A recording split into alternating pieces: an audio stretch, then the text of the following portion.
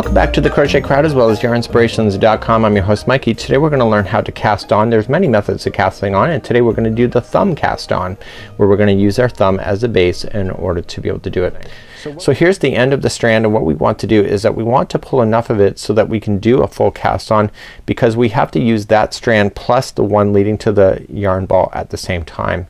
Once you're satisfied with that, I want you to create a slip knot, and I want you to insert your hook in, or your knitting needle in. I'm sorry about that, I'm so used to crochet.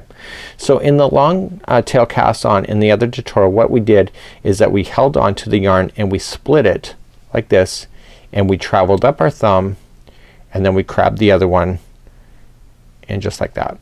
Okay, so that's kind of what we did, and you know, some of us have a good time with that, and others it's a little more complicated. So what I want you to do in this one is that I want to show you the other way of doing it. So what we're gonna do is just grab one strand only, okay, and wrap it around your thumb like that, and I want you to insert your knitting needle into that one, so you see it's like crossing over. And before you do that, let the knitting needle go with this, okay, and then just grab the other yarn here, wrap it around the knitting needle, and flick that over top of the edge like that. Okay, let me show you again. So wrap it around your thumb, you're gonna travel up your thumb and put it on, but don't release it yet, and I want you to grab this other strand, go up over top of the knitting needle, and flick this one over top. I'll keep repeating just so you can see it. So wrap around your thumb, travel up your thumb, wrap, and then flick that over, and just pull things snug. Okay, so up the thumb, around, and flick over.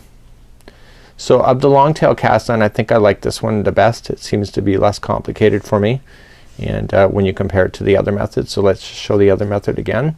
So again, you would pinch, split like that, up and over, you grab the other one. So I guess it all depends if how much work you want to put into the motion, right?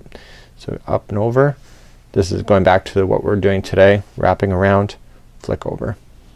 So again, this is another method to being able to cast on. You can pick what you most prefer, what's easiest, and either way, depending on the pattern, sometimes some of these are called cable cast-ons, depending on which one you're working with. So you have to kind of pay attention to what the pattern is asking you to do, and eventually, see, I'm running out of tails. That means that if I was wanting a larger project with this, I didn't pull enough of the strand the first time in order to make that work.